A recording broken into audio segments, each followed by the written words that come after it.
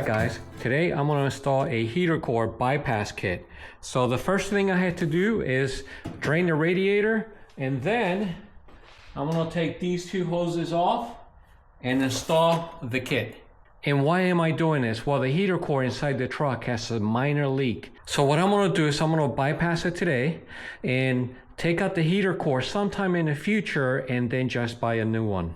But I'm not going to drain it here inside the garage. I'm going to turn it on and park it next to my house.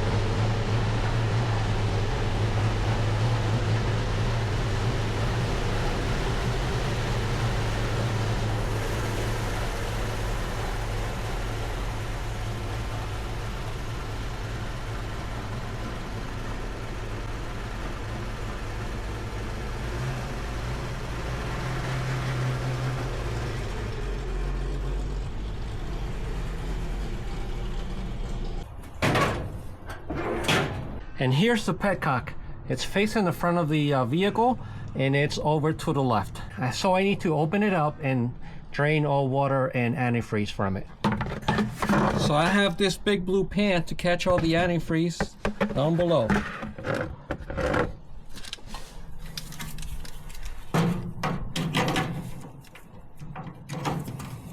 I've never opened this before, so it may be a little hard.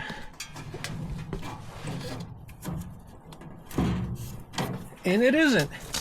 It's kind of easy to take out or to loosen up.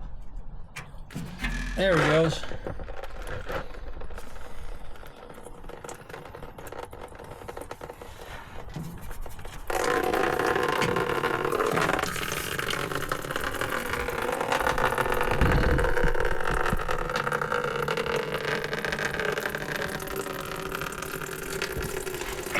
To assist, I'm going to take this off.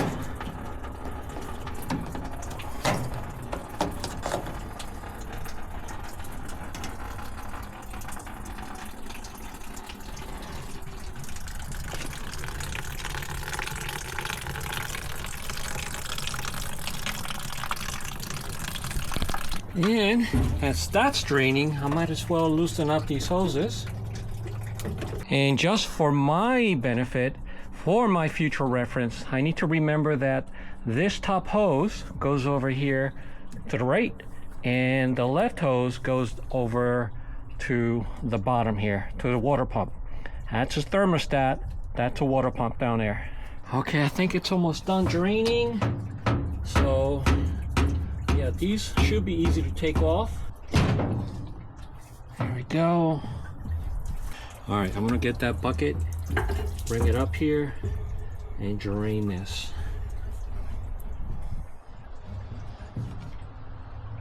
I need to be careful to make sure not to get any antifreeze on the paint.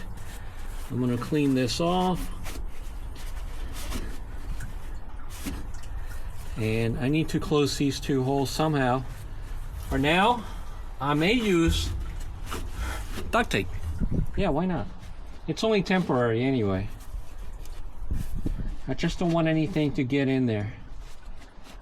No bugs, no spiders, no snakes. You get the drift. All right, so I am done draining the radiator. Let's close it up now.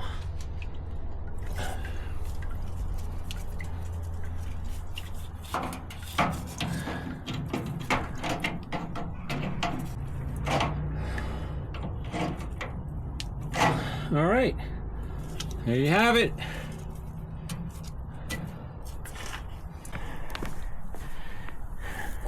That's all I was able to take out. All right, so let's go work on those hoses.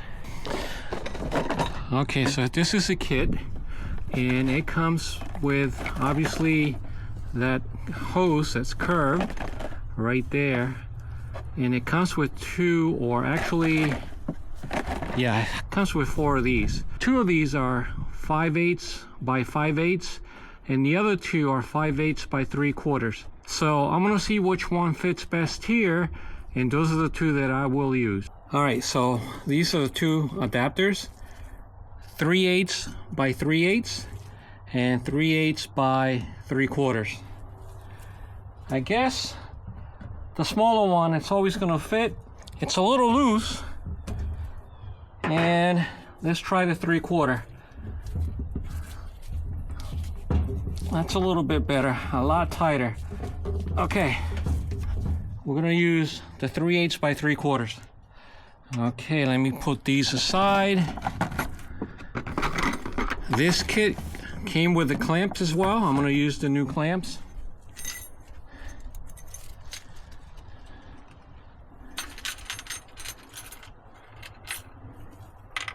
And take out the old clamp.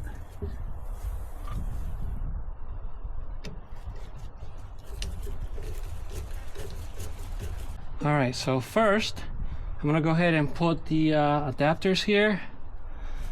3/8, a smaller side, goes into this hose. And the 3/4 will go to one of these 2 hoses.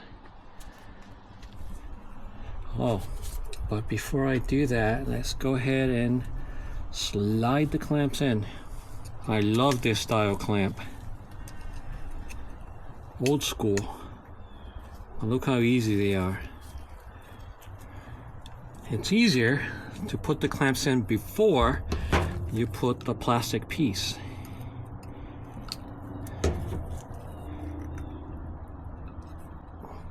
There we go. Yeah, just work it, but take your time. Don't rush it. Now for the clamp. Okay, that's one side done. Let's work on the other. You know what? Before I put this in, I just thought of something. It's gonna be a little difficult trying to push it in. So let me open that up a little bit with this before I install it here. Just to open it up a bit, and then I'll take it out. Yeah, you gotta twist it. Make sure it's nice and tight. Yeah, it's not gonna be easy. You know what? Let me go ahead and install this first.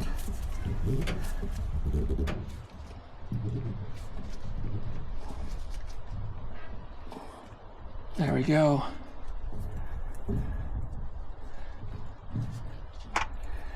Let's try to bring this clamp up.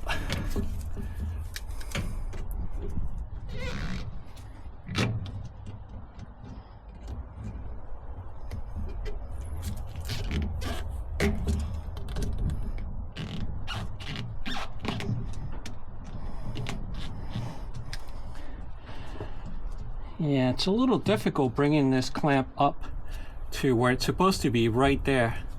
So I'm wondering if maybe I should use the smaller pieces, the 3/8 by 3/8, because by using a 3/4 end, it kind of like expanded the rubber, and the clamp is having a hard time going up.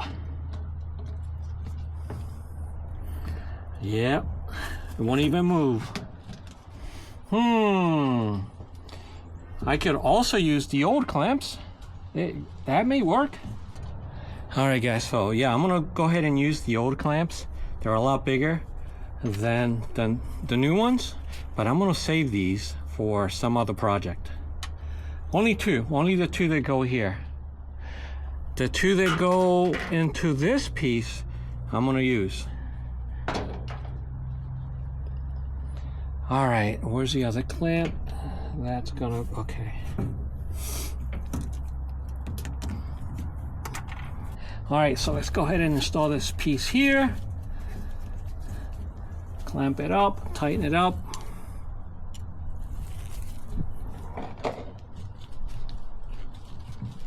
There he goes. All right, and then I'm gonna go ahead and insert this side, this end, onto this one.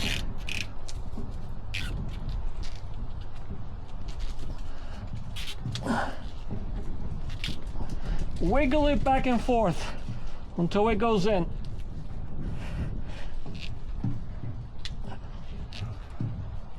There we go.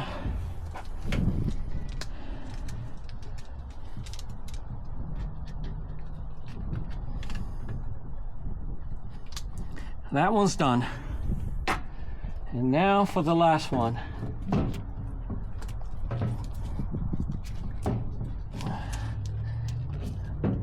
There we go. Let's bring this clamp up, but I'm gonna loosen it up just a tiny bit so it goes all the way up. Right there. Yeah, perfect.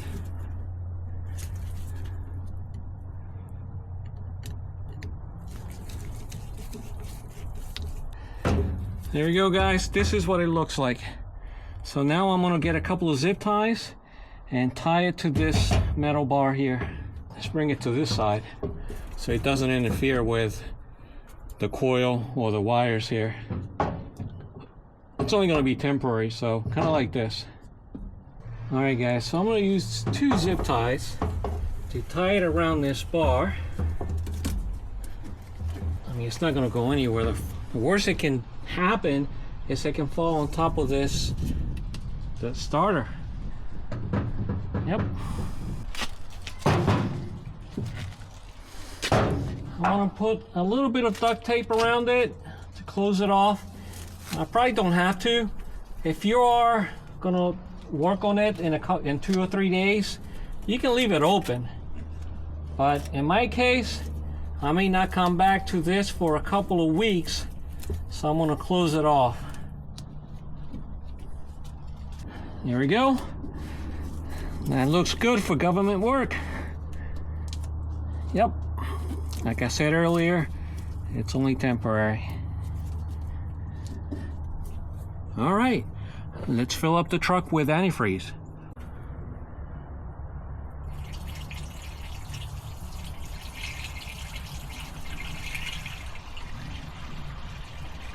I'm gonna check for leaks immediately after I'm done with this 1 gallon.